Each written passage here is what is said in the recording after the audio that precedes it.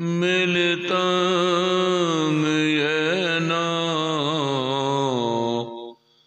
तस्मै श्री गुरवे नमः। तस्मै श्री गुरवे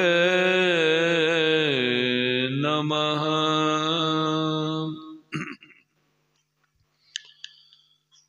परम आदरणीय ग्रामवासी बंधुओं एवं बहनों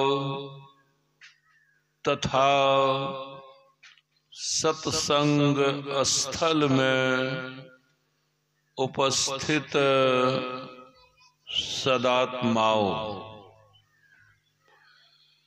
जिस उपलक्ष्य में सत्संग संपन्न होने जा रहा है उसकी जानकारी भरपूर लोगों को पहले से ही है। तो सत्संग का कार्यक्रम आज और अभी से प्रारंभ हो चुका है। जहाँ तक संभव हो सके आवाज जहाँ तक जा रही है, जो भी कान सुन पा रहा है, पधारे पधारे पधारे।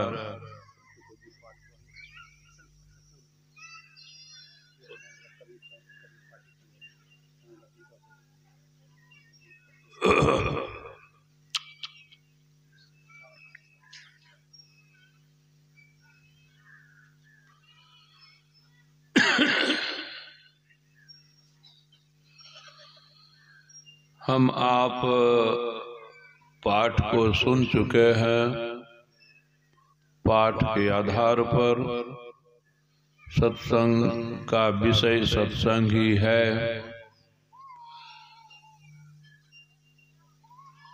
सदगुरु कबीर की वाणी में आया है, एक घड़ी आधी घड़ी आधी हूँ से आध, कबीर संगत साध की कटे कोटि अपराध।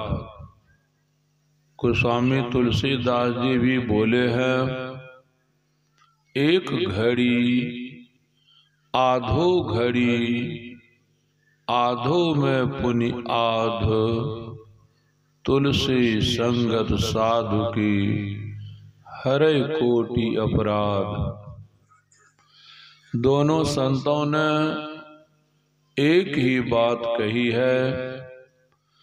दोनों संत दुनिया के लोगों से कह रहे थे, हे दुनिया के लोगों, हे दुनिया के भाई बहनों,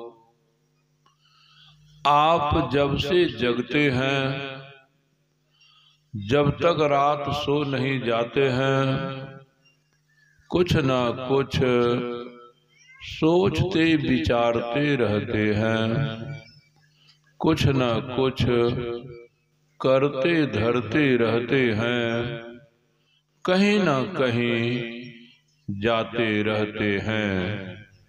तो मनुष्य कुछ भी सोचते विचारते हैं तो कारण होता है, कुछ ना कुछ करते धरते हैं तो कारण होता है, किसी न किसी से मिलते जुलते रहते हैं तो कारण होता है।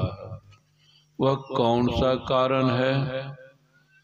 मनुष्य प्रायः जैसा चाहते हैं वैसा होता नहीं। मनुष्य के मन के भीतर एक ही बात होती रहती है, मेरा हरदम मंगल हो, अमंगल नहीं।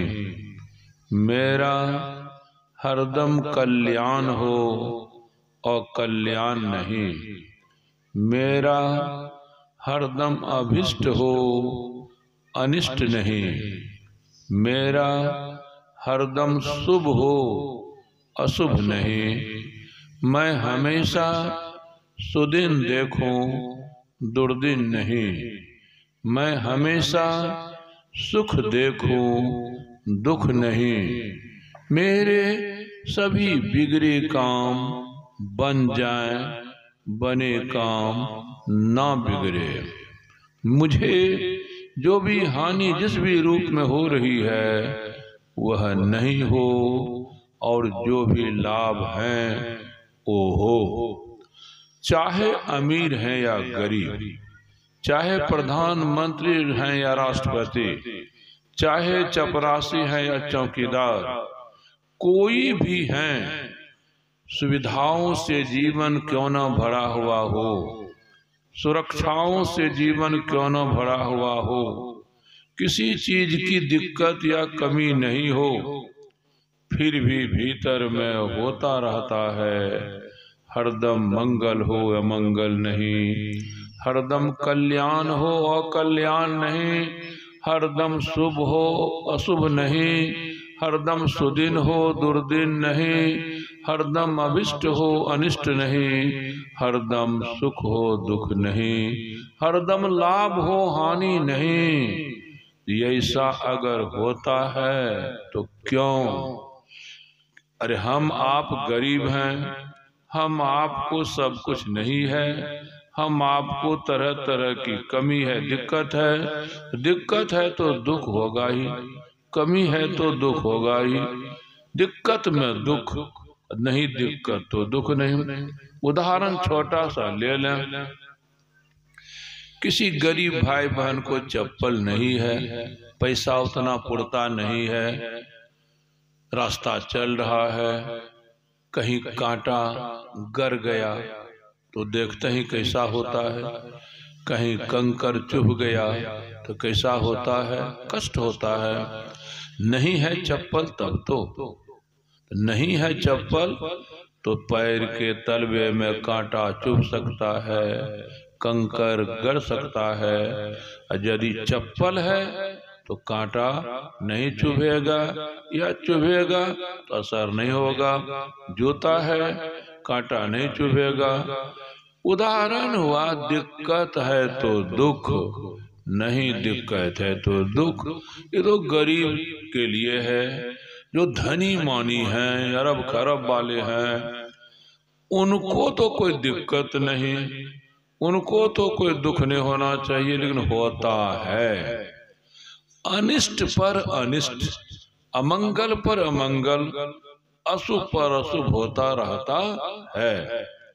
भाव था कि हम चाहते हैं हरदम मंगल, देखते देखते ऐसी परिस्थिति बनती है अमंगल हो जाता है।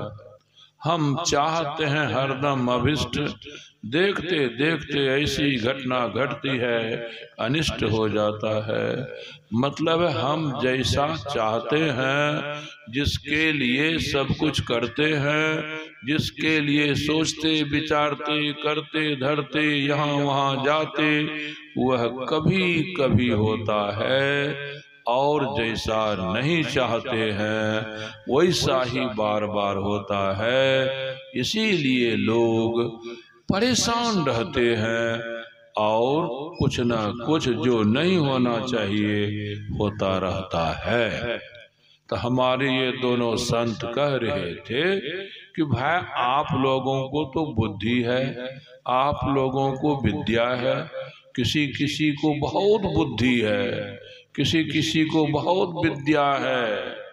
जिसको विद्या बुद्धि नहीं है वो नहीं समझ पाए कारण को, लेकिन विद्या बुद्धि रहते हुए भी जो नहीं होना चाहिए हो जाता है। एक सिद्धांत है, लोग प्रायः गांव समाज में बोलते हैं, क्या बोलते हैं? बिना विचारे जो करे सो पीछे पछताए, काम बिगाड़े अपना जग में हो यह हसाए। यानी जो काम समझ बूझ के कीजिएगा वह काम बनेगा, क्यों कि करने धरने में गलती नहीं होगी। और जो काम बिना समझे बुझे कीजिएगा तो निश्चित ही गलती होगी तो काम बिगड़ेगा। इसीलिए जिसकी विद्या बुद्धि जितनी अधिक रहती है वह उतना ही अधिक समझता बुझता है। जो जितना समझता बुझता है उससे उतनी ही गलती कम होती है।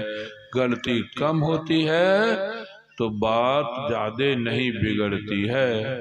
जिसके पास विद्या बुद्धि नहीं है, समझ बूझ की शक्ति नहीं है, देखते होंगे गलती पर गलती, भूल पर भूल होती रहती है।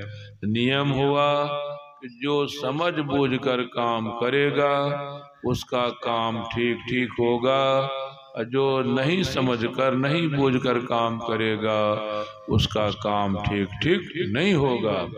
ये तो सिद्धांत हुआ। लेकिन बड़े से बड़े समझदार को भी देखिएगा, बड़े से बड़े विद्वान को भी देखिएगा, बड़े से बड़े बुद्धिमान को भी देखिएगा, उसका भी काम बिगड़ता है, उसका भी अनिष्ट होता है। तो जब काम बिगड़ता है, अनिष्ट होता है, तो कोई कोई उनसे कहते हैं आपके पास तो बहुत आदमी समझने बुझने आते हैं, यह कैसे होगा वह कैसे होगा। जब आप औरों को समझाते बुझाते हैं ऐसा कीजिएगा तो बनेगा, ऐसा कीजिएगा तो बिगड़ेगा, या आज देखते हैं आप ही का बिगड़ गया, तो क्या बोलता है हो। लगता है कि सोचने में हमको कुछ कमी रह गई। कब दिखाई पड़ता है? जब परिणाम सामने आता है। बुद्धिमान विद्वान जिस समय सोचता है ना उस समय उसको ठीक लगता है, ठीक लगता है। और जब ठीक हो तो बिगड़े नहीं तब ना, तो ठीक तो लगता है। लेकिन जैसे हम आप अभी देखते हैं इधर उधर सब कुछ दिखाई पड़ता है, यहाँ वह वहाँ वह है, उसी तरह से बड़े बड़े विद्वान और बुद्धिमान की समझ तो बढ़िया होती है लेकिन साफ नहीं दिखाई पड़ता है काम बनेगा कि बिगड़ेगा। काम बनेगा तो कितना लाभ होगा, काम बिगड़ेगा तो कितनी हानि होगी, यह किसी को भी दिखाई नहीं पड़ती है बात। इसीलिए बड़े बड़े समझदारों को समझते समय गलती रह जाती है।